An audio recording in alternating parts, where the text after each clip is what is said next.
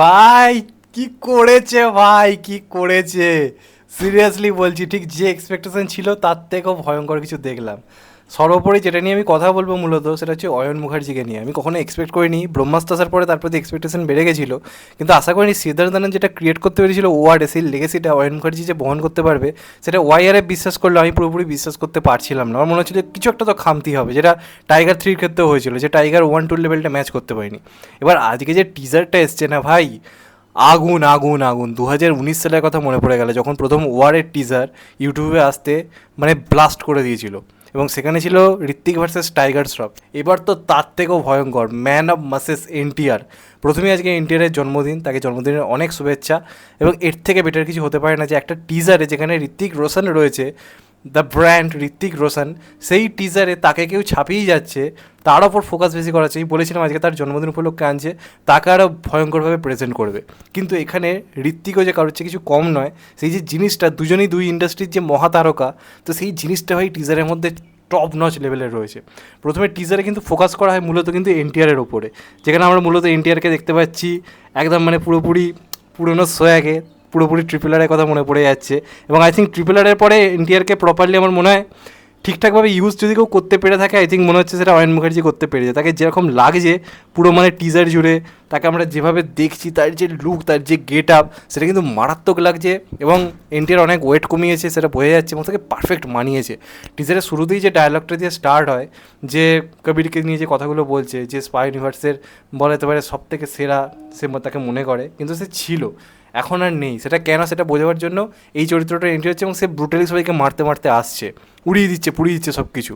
অপরদিকে ঋত্বিকও নিজেকে তৈরি করছে, একটা সাউলিন ফাইট আমরা দেখতে পাচ্ছি। ঋত্বিকের মাসেল কী করেছে ভাই, এতটা মাসেল হয়ে গেছে, মাসেলটা নিয়ে আসছে, সাউলিন ফাইট হচ্ছে, তরোয়াল নিয়ে লড়াই হচ্ছে, সোর্ড ফাইটটা হচ্ছে, তখন ঋত্বিকের তারিফ মানে দেখতে পাচ্ছি আমরা। তারপর আস্তে আস্তে চ্যালেঞ্জ নেওয়ার জন্য ঋত্বিক, তোমরা যদি দেখো টাইগার 3 লাস্টের মুখে একটা এরকমভাবে টুথপিক নিয়ে অ্যাকশন করেও, সেটা কিছু কারণ রয়েছে। সেই রকম টুথপিক নিয়ে আসছে এবং সঙ্গে একটা নেগড়ে রয়েছে, সেটাকে নিয়ে হেঁটে হেঁটে ঋত্বিক আসছে। ওই শটটা দারুণ ছিল। প্লাস দুজনের মধ্যে যে অ্যাকশন সিকোয়েন্সগুলো রয়েছে না, যে ধরনের স্টান্ড আমরা দেখতে পাচ্ছি, আর কিয়ারাকে কি হট লাগছে ভাই। সাক্ত লন্ডাটাও ফিসেল যাবে ভাই, সিরিয়াসলি বলছি, সাক্ত লন্ডাটা ফিসেল যাবে যা লাগছে। কিয়ারাকে একটা মাত্র শটে, আমরা দুটো তিনটে শটে দেখতে পেয়েছি, তাকে ভাই top notch bold and hot লাগছে, এই নিয়ে কোনো সন্দেহ নেই। আর তার সঙ্গে সঙ্গে পুরো টিজার জুড়ে যে অ্যাকশানগুলো, বেসিক্যালি ট্রেনের ওপর যে অ্যাকশন সিকোয়েন্সটা, এই দুজনকে আমরা এরম অ্যাকশন সিকোয়েন্সটা দেখতে পাবো, এর থেকে বড় বড় পর্দায় দেখার মতো মজা কিছু হতে পারে। এটা ভাই উড়িয়ে দেবে, পুড়িয়ে দেবে যা দেখতে পাচ্ছি।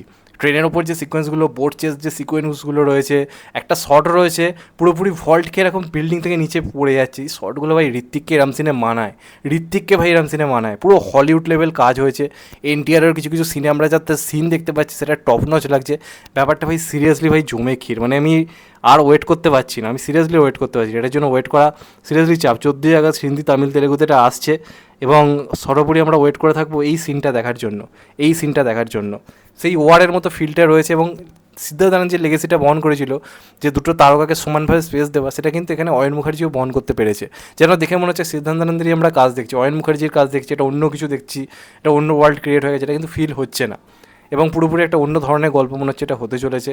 এবং এখানে আমরা যেরকমভাবে জিমকে দেখেছিলাম পাঠানে, সেরকম একটা স্ট্রং ক্যারেক্টার এখানে কিন্তু আমরা একেও দেখতে পাচ্ছি। এবার দেখার যেটা পুরোপুরি সেই পাঠানের গল্পের মধ্যে যেন না হয়ে যায়, গল্পের মধ্যে যেন কিছু চমক থাকে, ইন্ডিয়া পাকিস্তানের ঊর্ধ্বে গিয়ে যেন অন্য কিছু আমরা দেখতে পাই, এবং এই চরিত্রটার মোটিভ যেন অন্য কিছু হয়, তাহলে কিন্তু ব্যাপারটা জমে ক্ষীর হয়ে যাবে, সিনেমাকে বক্স অফিসেও আটকাতে পারবে না। কিন্তু যদি পাঠান বা আমাদের টাইগারের মতো যদি সিমিলারিটিস থেকে যায়, একই রকম গল্প হয়ে যায়, তাহলে একটু চাপ রয়েছে। তবে যে অ্যাকশন সিকোয়েন্স দিয়েছে, যা দিয়েছে, আর কিছু লোকে দেখতে যাবে না, দুজনের অ্যাকশন দেখার জন্যই ছিটকে যাবে। এবং ঋত্বিকের যা প্রেজেন্টেশন গল্পে কবির হিসেবে, আর এনটিআরের যা প্রেজেন্টেশন, দুটো মারাত্মক লাগছে। তো আমি প্রবলভাবে এক্সাইটেড, তোমাদের কেমন লেগেছে অবশ্যই জানিও। চ্যানেলটা নতুন হলে চ্যানেলটা সাবস্ক্রাইব করে দিও, অ্যান্ড কেট দেবে লাইক অন। ভালো থেকো সবাই, টেক কেয়ার, নমস্কার, আবার দেখা হবে। এখন তো বাই, সবাই ভালো থেকো, সুস্থ থেকো, নমস্কার, টেক কেয়ার, আবার দেখা হবে, ভালো থেকো সবাই, টেক কেয়ার।